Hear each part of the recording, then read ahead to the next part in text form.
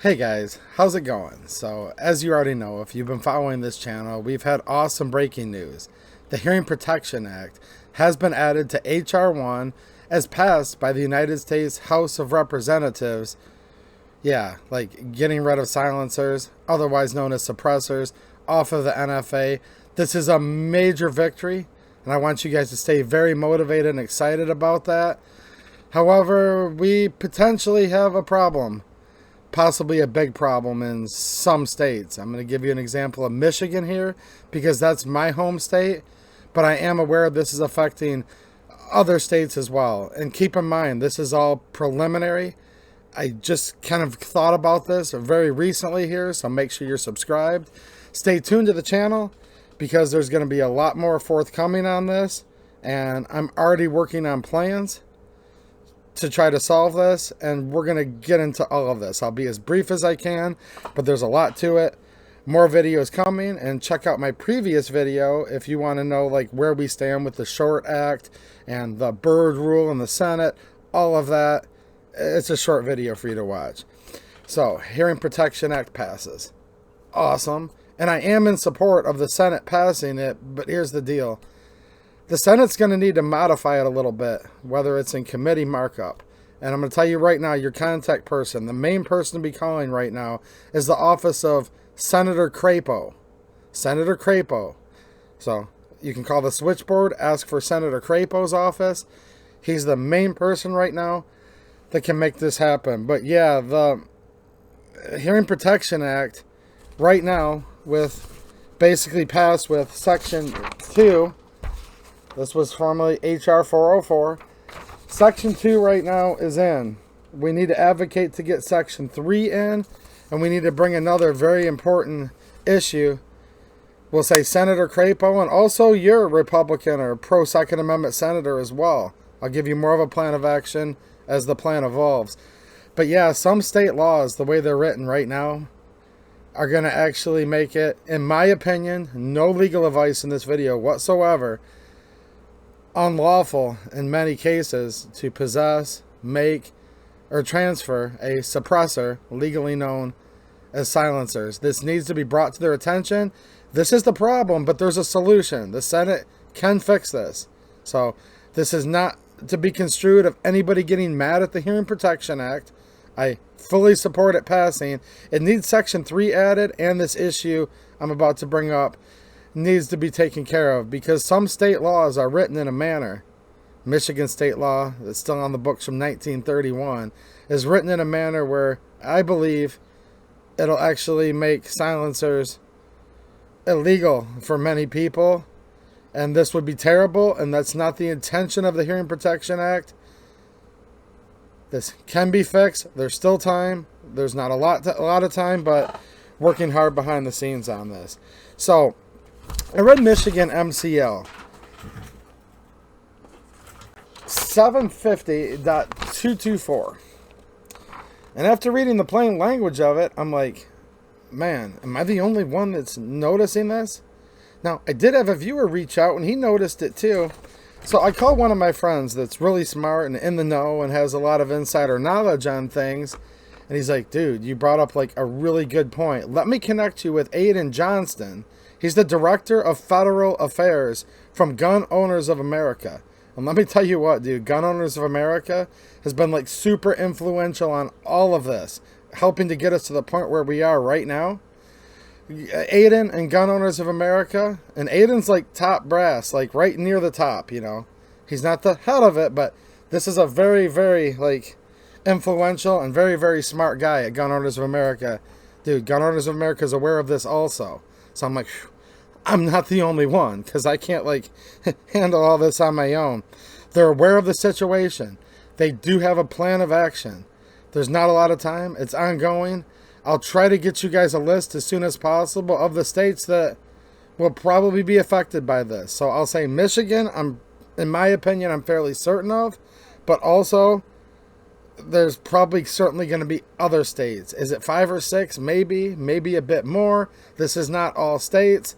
So keep all that in mind. But like literally after business hours, Aiden took a personal phone call from me, just a small nobody YouTuber, right? And we had a very thorough and productive conversation. I'm not going to get into all of that right now. Maybe we can do a follow-up video with him later. Like, they're totally on this, and there is actually a plan. In fact, if you want to see GOA's full plan for how all this should work out generally, go check out the 2A EDU page on X, and I just reposted one of their posts that might help fill you guys in with some of the context, the bird rule. Let's get on, because this probably needs to be an hour video, but I'm going to try to make it shorter than that so you guys can digest this a little bit easier. So I'm going to give you an example of Michigan law. And if you remove, look, the legal name for suppressors is silencers, so I'll use that terminology forward here. If you remove silencers from the NFA, dude, that's like awesome, right? That's like a very unconstitutional law, and this is a huge win, and we still want that. And even living in Michigan, I still want and demand that this passes. But here's the problem, though. Like, if you get rid of that, it makes it where people, in my opinion, it will be impossible for many people to be in compliance with. Here's my example. Michigan law, MCL 750.224.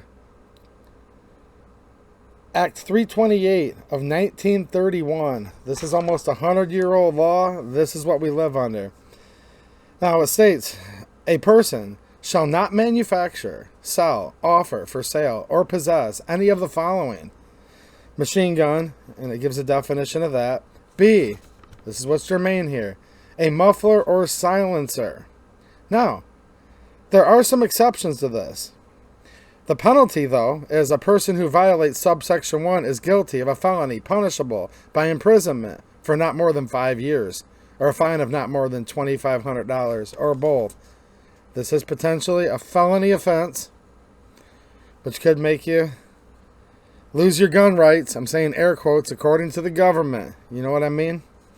So this is a big deal. This is not something to just like mess around with here.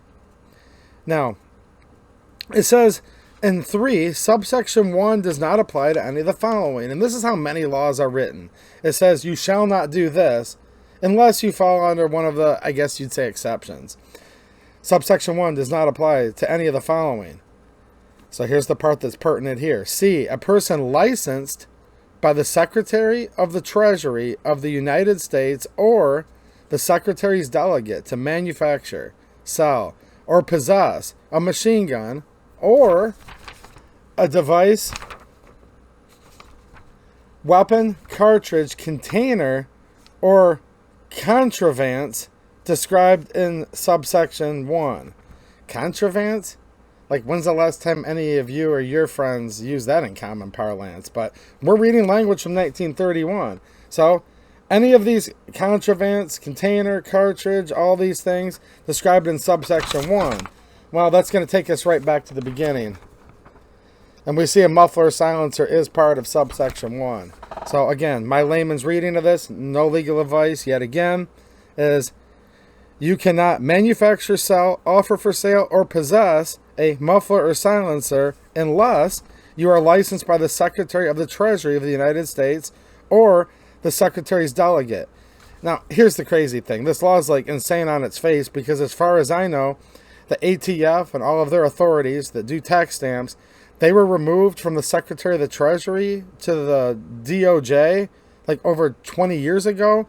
So in my layman's opinion, it's impossible to even have a license by the Secretary of the Treasury. I don't think they issue those anymore, but the way this is kind of de facto law, if you will, the way it's kind of followed, right, is the tax stamp would be considered your license. Now, here's an interpretation that might be true, just my personal opinion. If you own a tax stamp at all on anything, that could be construed as you have a license. So now that you're a license holder, because you own a tax stamp, if that's to be construed as a license, because this law is really weird, then you have a license, and then if silencers are removed from the NFA and become just a regular firearm, just transferred like you would a regular gun, then you're a license holder, so it could be construed that you would comply with this and be exempt from potentially being criminalized. However, you'd have to contact a lawyer if you wanted to really get legal advice on this. But here's the problem. If you don't have any tax stamps, I don't know how it could even be construed that you are licensed by the Secretary of the Treasury. And this does include not just making, manufacturing, but selling or to even possess any of these said devices, including a muffler or silencer. Look, this was not the intention of the Hearing Protection Act, in my opinion, to make it unlawful for people in certain states to where they would have less access to a silencer than they do now. So that's why it needs fixed. And there still is time right now, and this is where it's going to come on you guys, trying to activate you all yet again. And please share this video, right, on your socials, because as far as I know, I'm the only one covering this right now. We need this to get out, and we need to be calling particularly Senator Crapo. You're Republican, pro-Second Amendment senator. Look, you can call your gun-hating Democrat senator if you want. Probably won't do much. I'm just being honest with you, but hey, there's key people that need called. I'm going to say Crapo for now to get you started. And let them know we not only need to add Section 3 of the Hearing Protection Act. That's very, very important here, okay? So this is kind of two topics that are closely related. Section 3, I was pointing to Section 5, but listen to what I said, not what I pointed to. There you go. I can count. Section 3, that needs added. Okay, that's what the GOA is on board with us adding. While you're on the phone, you insist that they add the SHORT Act. That would deregulate short-barreled rifles, short-barreled shotguns. That's very important too. But you have to bring it to their attention that at the very least, several states, this could unintentionally make it unlawful for many people to be able to make or possess or sell their silencer going forward if this is passed into law through the Senate, signed by the president. Lots of stuff still in motion right now. There's going to be amendments in the Senate. There's going to be back and forth. It's going to be a dogfight, and we do need to add this very, very important issue to make sure that people aren't unintentionally criminalized. Now, even if it goes through all that, there are other strategies, okay, that I talked to Aiden about, that the GOA is also adamantly working on behind the scenes, that are actually stellar plans as well. So the moral of the story is this is a new issue that you need to be aware of. I will say that in my personal opinion, this would affect Michigan, my home state. I have a lot of Michigan viewers. I know for a fact this covers other states. Dude, I'm not trying to be that guy, but do you know how hard it is to actually research like all 50 states and then look at like all the different revisions of all their codes? But GOA is aware of this. I'm aware of this. I can assure you it's being worked on. Strongly suggest becoming a member of GOA. Support them. If you can, support this channel, because I've literally I've had to forgo some work today, how I make a living, to work on this, because there's a lot to it.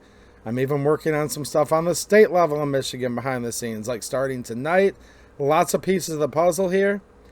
This is a problem. It's an issue, and it needs addressed. There is more than one solution, and I'm still very optimistic, okay? But you guys need to step up to the plate and make the United States Senate, particularly right this minute, Senator Crapo, aware of this, so him and his people can get a handle on this. GOA's fighting for this. I'm working on fighting for it to the best of my abilities. And yeah, man, we'll give you more updates soon, because there's a lot to this, and the video has already gone a little longer than I wanted to. But I could talk to you for hours on this. And a lot of it's optimism and very, very good things, ideas, some neat tricks and stuff that, it's just, it is what it is. But I'm totally on the inside scoop with this and wanted to release this tonight. All right, I will talk to you all again soon. Thanks for watching, and have a good one.